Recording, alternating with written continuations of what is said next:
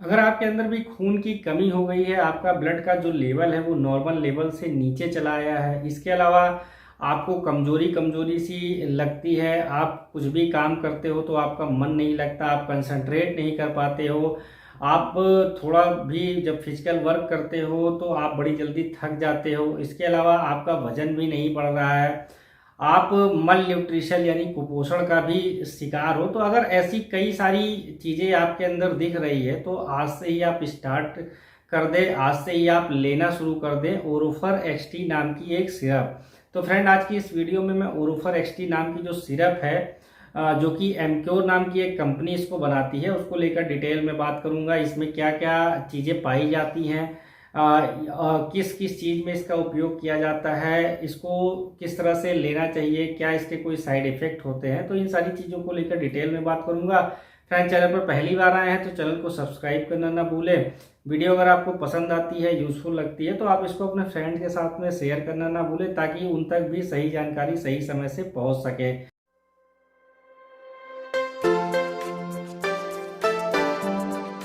सबसे पहले बात कर लेते हैं इसका इस्तेमाल कहाँ कहाँ पर किया जा सकता है। तो पोस्ट ट्रॉमेटिक केस में इसका इस्तेमाल किया जा सकता है, यानी कि अगर आपका कहीं पर चोट लग जाती है किसी भी वजह से, या आपका एक्सीडेंट हो जाता है और चोट लगने की वजह से या किसी भी वजह से अगर आपकी बॉडी से काफ़ी ज़्यादा ब्लड लॉस हो जाता है, खून आपकी बॉडी से काफ़ी ज़्यादा निकल जाता है, तो ऐसे में आपको ब्लड की कमी हो जाती है। तो उस कमी को पूरा करने के लिए आप इस सिरप का इस्तेमाल कर सकते हैं। जब आप इस सिरप का इस्तेमाल करना शुरू करेंगे तो आपके जो ब्लड का लेवल है, जो खून की कमी आपके अंदर हो गई थी, वो जल्दी जल्दी से बढ़ने लगेगी और आपका ब्लड का लेवल नॉर्मल हो जाएगा। इसके अलावा प्री ऑपरेटिव और पोस्ट ऑपरेटिव केसेस में भी इसका इस्तेमाल किया जाता है। इसका मतलब ये है कि जब भी किसी व्यक्ति का ऑपरेशन होना होता है तो उसके पहले उसका ब्लड का लेवल चेक किया जाता है, क्योंकि ब्लड का लेवल अगर कम रहेगा तो फिर ऑपरेशन नहीं हो पाता। तो अगर किसी के अंदर ब्लड का लेवल कम है तो ब्लड के लेवल को बढ़ाने के लिए इस सिरप का इस्तेमाल पेशेंट पर किया जाता है कुछ दिनों पहले से ही। तो उसका ब्लड का लेवल बढ़ जाता है तो फिर उसका ऑपरेशन किया जाता है। पोस्ट ऑपरेटिव का मतलब ये होता है कि एक बार भाई ऑपरेशन हुआ तो ऑपरेशन में बहुत सारा ब्लड जो है वो लॉस हो जाता है, खून जो है वो काफ़ी ज़्यादा ऑपरेशन में निकलता है, तो उसकी कमी को पूरा करने के लिए इसका इस्तेमाल डॉक्टर जो है अपने पेशेंट पर करते हैं। इसके अलावा बहुत सारी महिलाओं को मेंस्ट्रुअल्स जो साइकिल होती है उसमें बहुत सारा ब्लीडिंग होता है, उनको हैवी ब्लीडिंग होती है, तो ऐसे में उनके अंदर बहुत ज़्यादा ब्लड लॉस होने की वजह से उनको अनीमिया का जो है चांस होता है। तो ऐसी महिलाओं को भी डॉक्टर जो है इस सिरप को रिकमेंड करते हैं, जिससे जिससे कि उनके अंदर खून की कोई कमी ना होने पाए।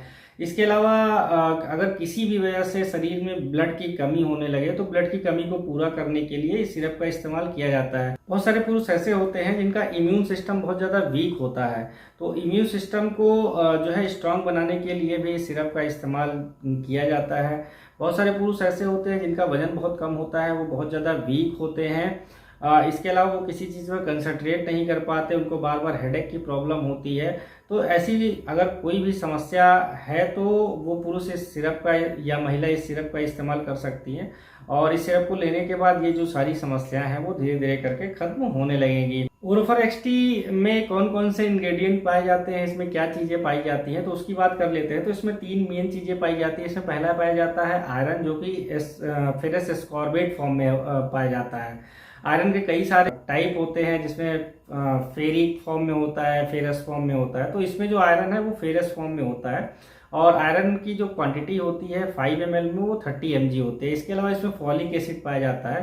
तो 5 ml अगर आप इसकी सिरप लेते हैं तो उसमें फॉलिक एसिड का जो अमाउंट होता है वो 500 mcg होता है। इसके अलावा इसमें जो विटामिन B12 है, विटामिन B12 5 ml अगर आप इसका लेंगे तो उसमें विटामिन B12 जो है वो 500 mcg ही पाया जाएगा।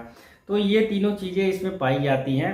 एक चीज़ का और ध्यान रखिए कि मार्केट में बहुत सारे आयरन सिरप आते हैं। मैंने इसके पहले भी और कई सारे फेमस ब्रांड जो आयरन वाले हैं, मैंने उसके लिए वीडियो बनाई है। तो कभी कभी किसी आयरन सिरप में फॉलिक एसिड की जगह विटामिन B9 लिखा हो सकता है या फोलेट हो सकता है। तो फोलेट, विटामिन B9 और फॉलिक एसिड, ये तीनों चीज़ें एक ही होती हैं। इसके अलावा किसी किसी आयरन सिरप में विटामिन B12 की जगह पर मीकोबालामीन, मिथाइल-कोबालामीन या साइनोकोबालामीन भी आपको लिखा मिल सकता है। तो साइनोकोबालामीन, मीकोबालामीन, मिथाइल-कोबालामीन, विटामिन B12, ये सारी चीज़ें एक ही होती हैं। ओरोफोरेस्टी सिरप को इस्तेमाल कैसे करना होता है, तो आप इसको खाने के साथ भी ले सकते हैं, खाने के बाद भी ले सकते हैं, उससे कोई ख़ास फर्क नहीं पड़ता। और अगर एडल्ट डोज की बात कर ले तो एडल्ट डोज जो होती है वो 15 ml BD रिकमेंड की जाती है। और अगर गंभीरता कम है जो है तो हो सकता हो कि 15 ml की जगह 10 ml सुबह और 10 ml शाम भी डॉक्टर जो है अपने पेशेंट को लिख सकता है। तो जो डोज होती है वो बीमारी की गंभीरता कितनी है, पेशेंट का वेट कितना है, वजन कितना है, उसके हिसाब से लिखी जाती है। तो एडल्ट में जो डोज होती है जैसा मैंने पहले ही बताया कि 15 ml BD यानी 15 ml दिन में 2 बार। अब बात कर लेते हैं अगर 3 साल से लेकर 8 साल तक का बच्चा है तो उसके लिए जो रिकमेंडेड डोज होती है वो 5 ml BD होती है। BD का मतलब होता है 20 इन अ डे, मतलब दिन में 2 बार। तो 5 ml 2 बार। अगर 8 साल से लेकर 14 साल तक का बच्चा है तो वो 10 ml BD मतलब 10 ml जो है वो सुबह और शाम इसका इस्तेमाल कर सकता है। पर मैंने जैसे पहले ही बताया है कि जो डोज होती है और ड्यूरेशन जो होता है वो डिपेंड करता है कि गंभीरता कितनी है बीमारी की और जो पेशेंट है उसका वजन कितना है। तो इस चीज़ का आप ध्यान जरूर रखिए। अब बात कर लेते हैं क्या इसका कोई साइड इफ़ेक्ट है। तो वैसे तो इसका कोई बहुत ज़्यादा साइड इफ़ेक्ट देखने को नहीं मिला है, बट हो सकता हो किसी किसी को कॉन्स्टिपेशन वाली प्रॉब्लम हो जाए, या इसको जब आप लेना शुरू करेंगे तो आपका जो स्टूल है, जो आपकी लैट्रिन है, वो ब्लैक कलर की हो सकती है। तो जब भी आप इस सिरप को लेना बंद कर देंगे तो आपका जो स्टूल का कलर है वो नॉर्मल कलर में चेंज हो जाएगा। इसके अलावा किसी किसी को हेडेक की प्रॉब्लम हो सकती है या नोजिया वॉमिटिंग की प्रॉब्लम इसको लेने के बाद किसी किसी को हो सकती है। ऐसा इसलिए होता है क्योंकि कई सारे पुरुष या महिलाओं को इसका टेस्ट पसंद नहीं आता है, तो फिर उनको नोजिया वॉमिटिंग हो सकती है। तो ऐसे में वो फिर टैबलेट ले सकते हैं सिरप की जगह पर।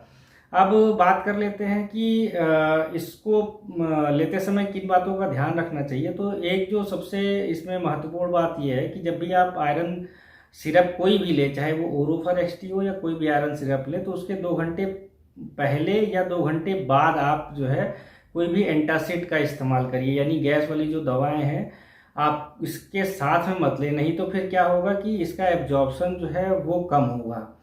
और इसके अलावा एक चीज़ का आपको और ध्यान रखना है, जब भी आप आयरन सिरप का इस्तेमाल करें तो कोशिश करिए ज़्यादा से ज़्यादा पानी पीजिए, और दिन में कम से कम 5-6 लीटर पानी पीजिए। इससे होगा क्या कि आपको कॉन्स्टिपेशन की प्रॉब्लम नहीं होगी।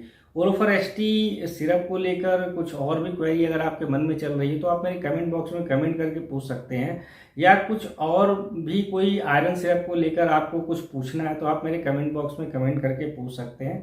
खैर आशा करता हूँ आपको मेरी ये वीडियो पसंद आई होगी। आपका बहुत बहुत धन्यवाद।